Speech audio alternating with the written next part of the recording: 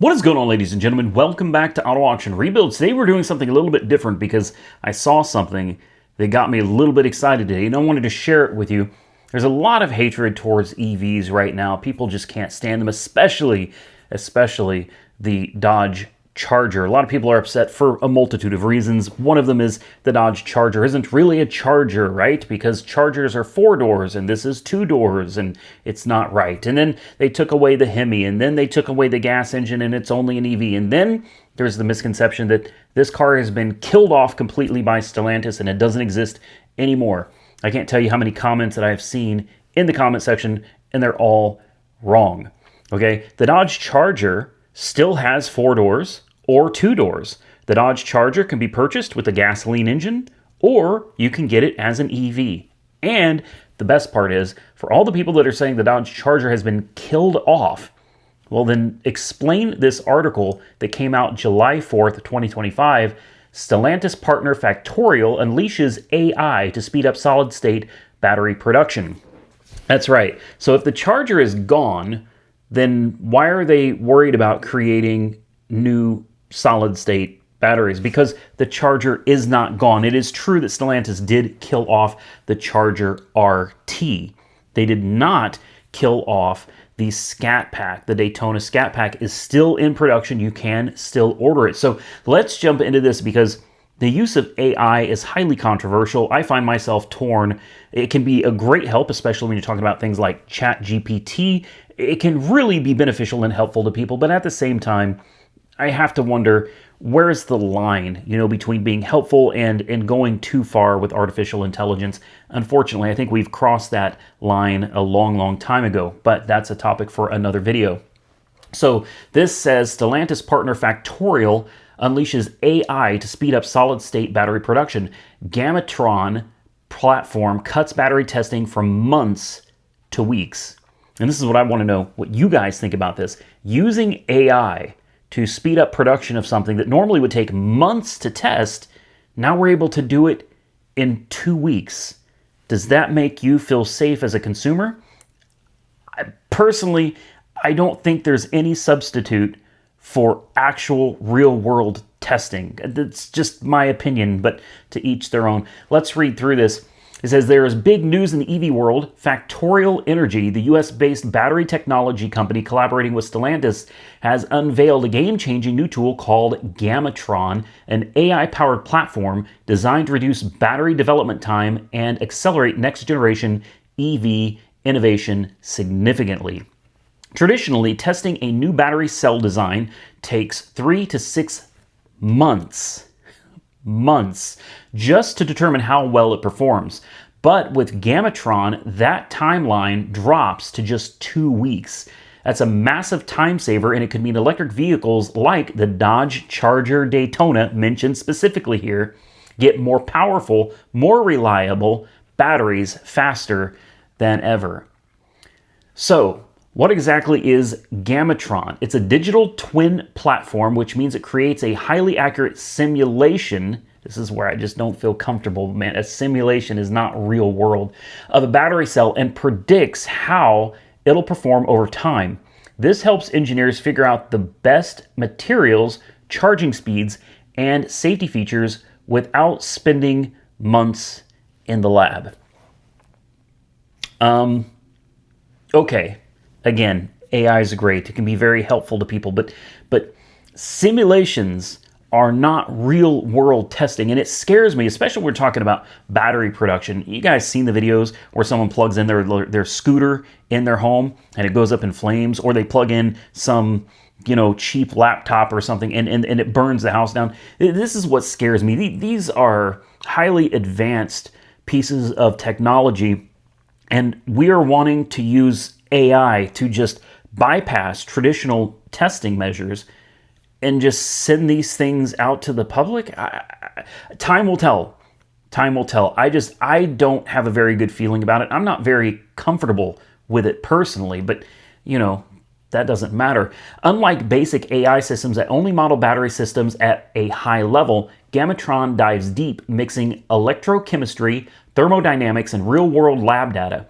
It can optimize the charging speed of a battery without degrading it.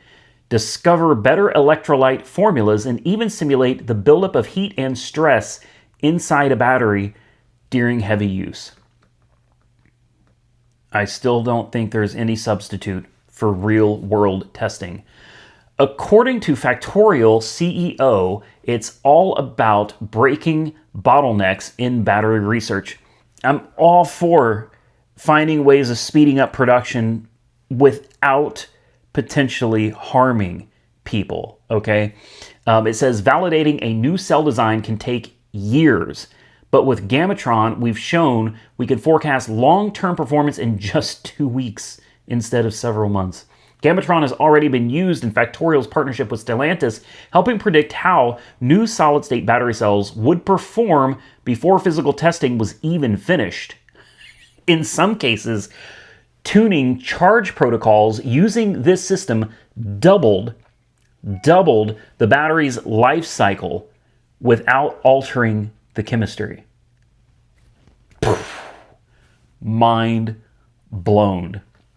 And that's just the start. They're developing a 77 amp hour solid state battery using their proprietary Factorial electrolyte system technology, which delivers an energy density of 375 watt hours per kilogram and can charge, this is insane, from 15% to 90% in just 18 minutes with no special cooling required. The batteries can also handle extreme temperatures from negative 22 degrees Fahrenheit to 113 degrees Fahrenheit, making them more suitable for drivers in both frigid Michigan winters and hot Arizona summers. With 4C discharge rates, these batteries also support quick bursts of acceleration, making them ideal for performance EVs like, yet again, they mention the Dodge Charger Daytona. Okay, this is where I think the technology gets really, really exciting. This is where battery-powered cars, EVs, I feel can really compete against their gas-powered counterparts. We're talking about 18 minutes to basically charge from practically empty to practically full. And what they're not mentioning here is the extended range. These smaller batteries are more dense in energy, and they can actually make the car go further with a smaller battery. So by making this more compact, it saves weight. And of course, you know, batteries weigh a ton. Batteries are very, very heavy.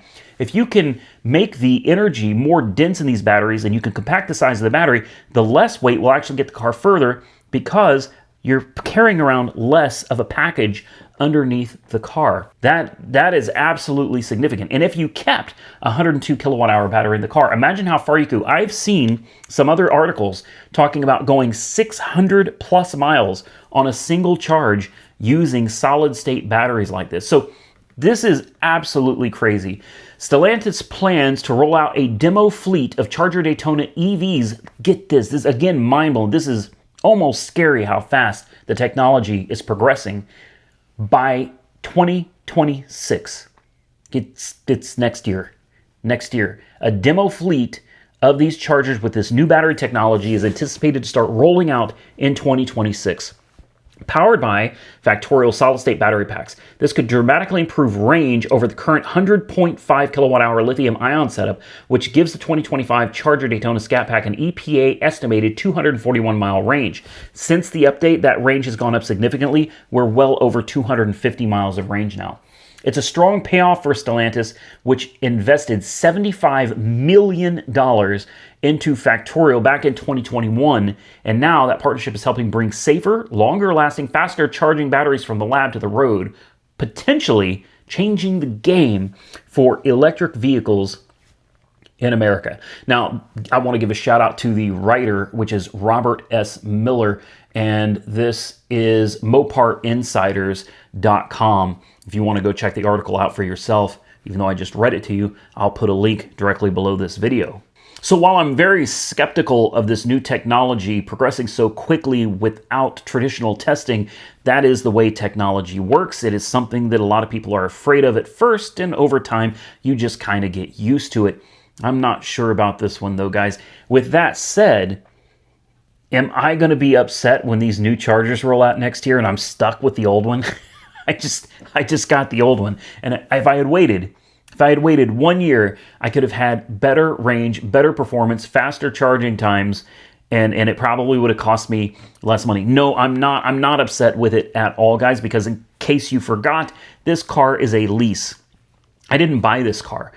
In 3 years, this car can go down the road. And if this is all true, if this is all really happening, and it all works out over the next couple of years, this beta testing that they're doing, if it turns out this is actually safe, guys, can you imagine where battery technology is going to be in 3 years? The difference between 2024's Dodge Charger EV and the 2026 Dodge Charger EV is going to be significantly different. It's going to be substantial.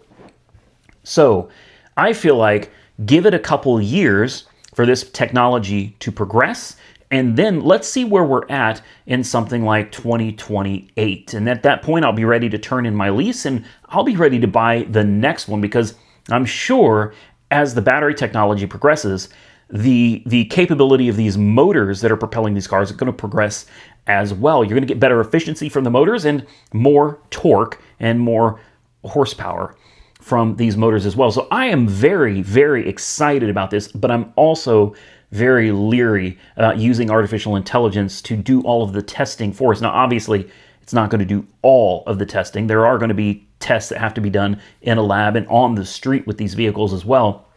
And we'll just have to see how it goes. But no, I'm not upset at all that this new technology is coming out and I'm going to be stuck with the old Charger, because as an early adopter, I get to feel like I got to participate in this new technology. The Dodge Charger is something that just came out of the blue. It came out of nowhere. Granted, the technology is a little older and people aren't very happy with it. It didn't sell well. The price was too high. The build quality is actually great, but a lot of people are confusing the build quality with the software quality. Software quality was not good on this car. It was not ready to be released to the public. And because of this and advertising it in a way that the car should have never been advertised, the car was basically a flop, which is why they had to kill off the RT, but they did keep the Daytona Scat Pack. So we'll see where all of this goes, but I think in 3 years, I'm going to be ready to buy the newest generation of these. I love gas cars. And I also love EVs. I love EVs because they're completely different. Everybody says they're soulless, but you need to go out in a Tesla Plaid. All right, you really want to experience something that'll just change you inside. Get in a Tesla Plaid and go from 0 to 60 in 2 seconds.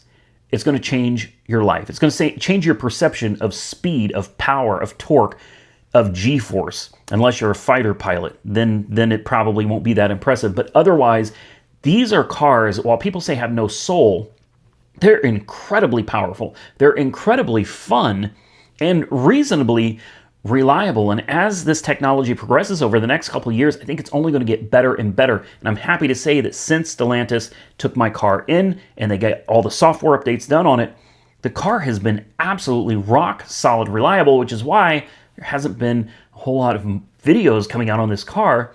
There's nothing really to talk about anymore. In fact, it's in the shop right now getting a custom wrap done, and that'll be coming to the channel really, really soon. So there's a lot of people that don't like EVs because of how long it takes to charge them up. And I try to argue that point by saying the time that you spend having to charge at a charger should be minimal. In fact, when you compare it to gas cars, you're probably actually saving time. And a lot of you are not going to understand what I mean by that. So let me elaborate. When I need to charge one of my electric cars, I have an EV charger at the shop. It's a level 2. I have a level 2 charger here at my house. So if I need to charge throughout normal driving, normal weekly errands, I can charge the car anywhere. At the house down in Byers, AAR headquarters, I am on a locked-in set rate there. And that rate was set before I was charging electric cars. So the rate doesn't change. So if I charge down there, I am actually driving for free. The energy is free. But with the energy rates in Oklahoma being so low, it's like 11.9 cents per kilowatt hour.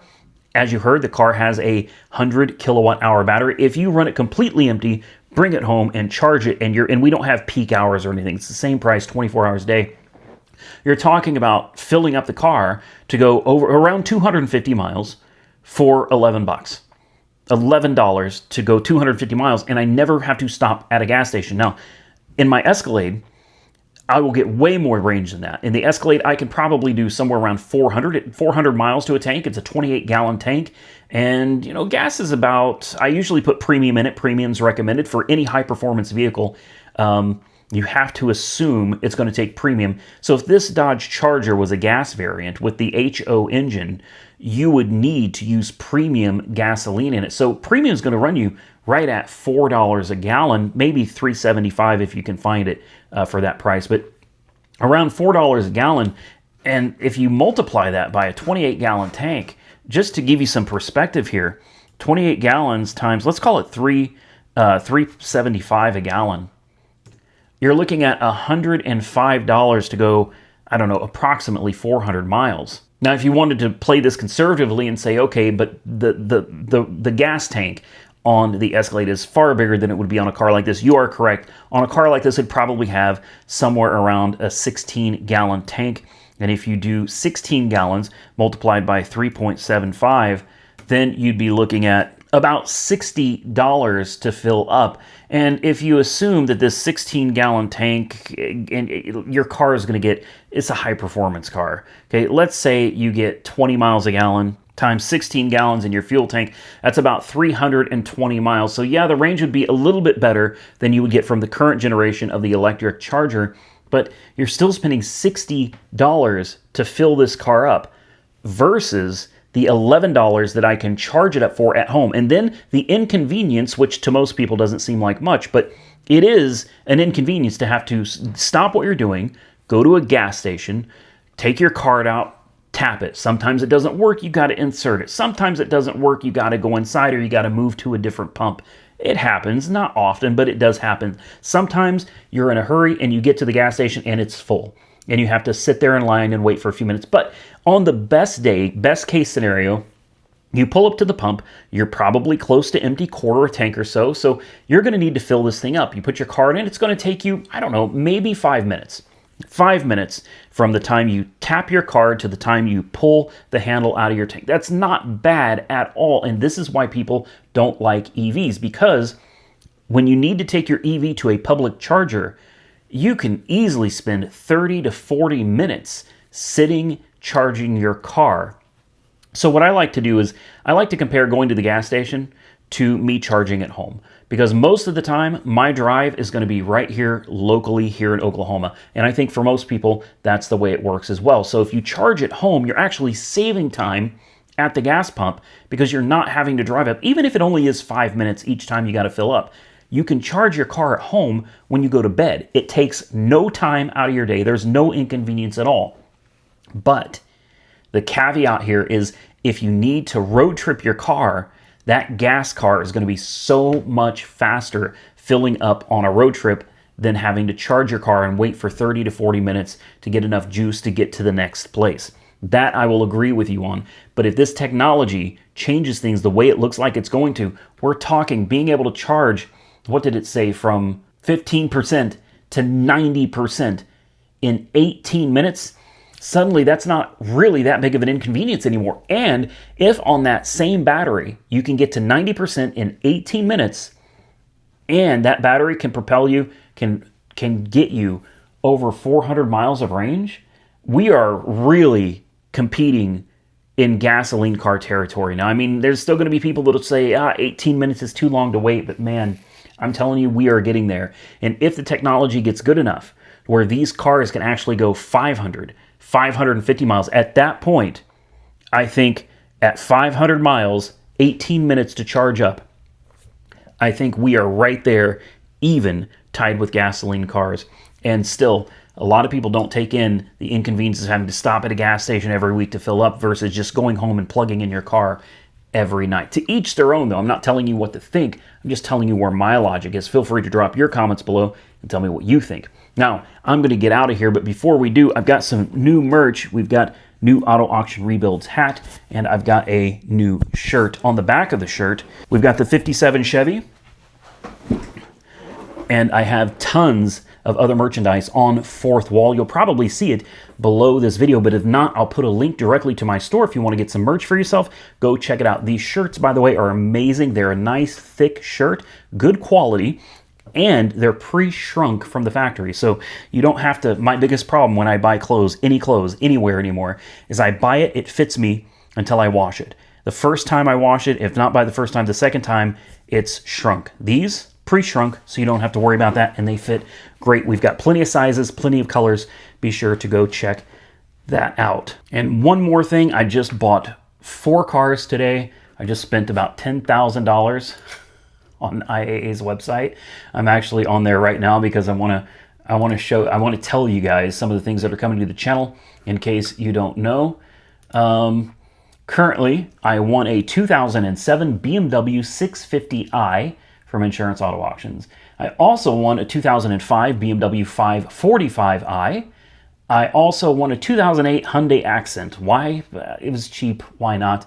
And I won a 2005 Ford Mustang. I also just picked up a 2009, I think it is, Cadillac DTS. That's already here. Tomorrow, the 1996 Chevy Camaro Z28 will be here as well. It's on airbags with a custom audio system, manual transmission, LT1 engine, you know, all the good stuff. And currently pending, I have in negotiation right now, is a 2006 Mazda MX-5 limited edition Miata. So I have a ton of stuff coming to the channel here very soon. And I know some of you are saying, wait a minute, fire sale, going out of business. Was that clickbait? No, it was not clickbait. I promise you. In fact, I just got back from Indiana.